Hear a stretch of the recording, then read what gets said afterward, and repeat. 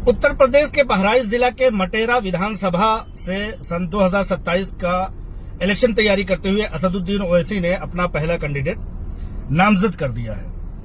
मटेरा विधानसभा का ये मारिया शाह की जो सीट है बहराइच जिला के, ये बाप दादाओं से जीती जाने वाली मुसलमानों के हक में वहां के तमाम जमहूरियत पसंद, सेकुलर पसंद, हिंदू मुस्लिम सिख ईसाई तमाम भाइयों ने उनको मुंतखब करके एक लंबे अरसे तक वहां की तरक्की और फलाह बहबूद का काम किया है।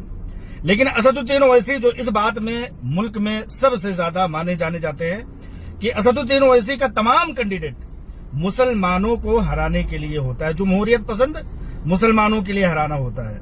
इनका मकसद है कि मुल्क में इनके अलावा, इनकी पार्टी के अलावा कोई हो ना, लेकिन खुद भी 5-6 सीट से ज्यादा ये आगे नहीं बढ़ पाते हैं। खुद गोशा महल हैदराबाद के अपने कॉन्स्टिट्यूंसी के मातहती में आने वाले विधानसभा सीट गोशा महल जो कि राजा सिंह है, उसके सामने इनके बाप दादा खत्म हो जाते हैं कि उसके सामने कोई कैंडिडेट उतारे। उनके साथ राजा सिंह के सामने ये कैंडिडेट नहीं उतारते हैं। लेकिन मुल्क के कोने कोने में जहां जहां मुसलमान अपने हिंदू मुस्लिम सिख ईसाई भाइयों के जरिए से क़यादत में, मुल्क की जमहूरियत में, मुल्क की हिस्सेदारी में जो शिरकत करते हैं, असदुद्दीन ओवैसी का जिन्नाही सिफत यह है कि उनको हराने के लिए अपने आकाओं के इशारों पर वो पहुंच जाते हैं और उनको हराने का काम करते हैं। ठीक उसी तरह से जिस तरह से कि बंटवारे के वक्त जिन्नाह ने इस बात का ऐलान किया था कि जो उसकी पार्टी और उसके परचम के नीचे जो आएगा मुसलमान वही कहलाएगा, उसके अलावा उसकी नजर में सारे के सारे लोग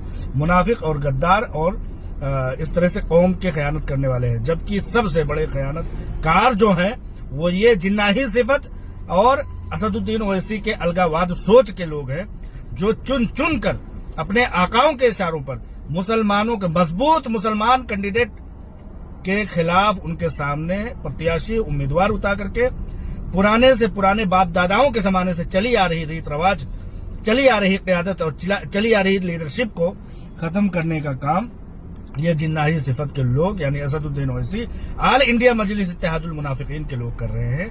और इनका सबसे पहला कदम जो उत्तर प्रदेश 2027 की विधानसभा इलेक्शन में जो उतरा है वो मुसलमान के खिलाफ ही उतरा है। लिहाजा ये मुसलमानों के कितने हितैषी हैं, कितने भले हैं और कितना हक में चाहने वाले हैं। आज तक मुल्क में मुसलमानों के किसी भी कॉज के लिए इन्होंने जमीन पर उतर करके कोई काम नहीं किया।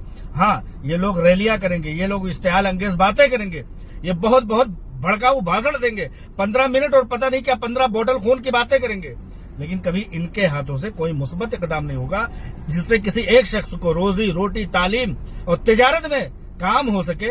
इस बात के लिए कोशिश नहीं करेंगे। लेकिन ये कोशिश करेंगे, अगर जिन्नाही सिफत के लोग अगर काम करेंगे तो खड़े हुए, कायम हुए लीडरशिप को तोड़ने के लिए, उनको हराने के लिए ये हमेशा सबसे आगे रहेंगे। अभी उत्तर प्रदेश में किसी भी पार्टी ने अपना बिगुल नहीं फूका है। ये हैदराबाद 2000-2500 किलोमीटर दूर से आकर के सबसे पहले मुस्लिम कैंडिडेट के खिलाफ ही अपना उम्मीदवार उतारते हैं। ये कितने बड़े सेकुलरिज्म के कातिल लोग हैं, आप समझ सकते हैं।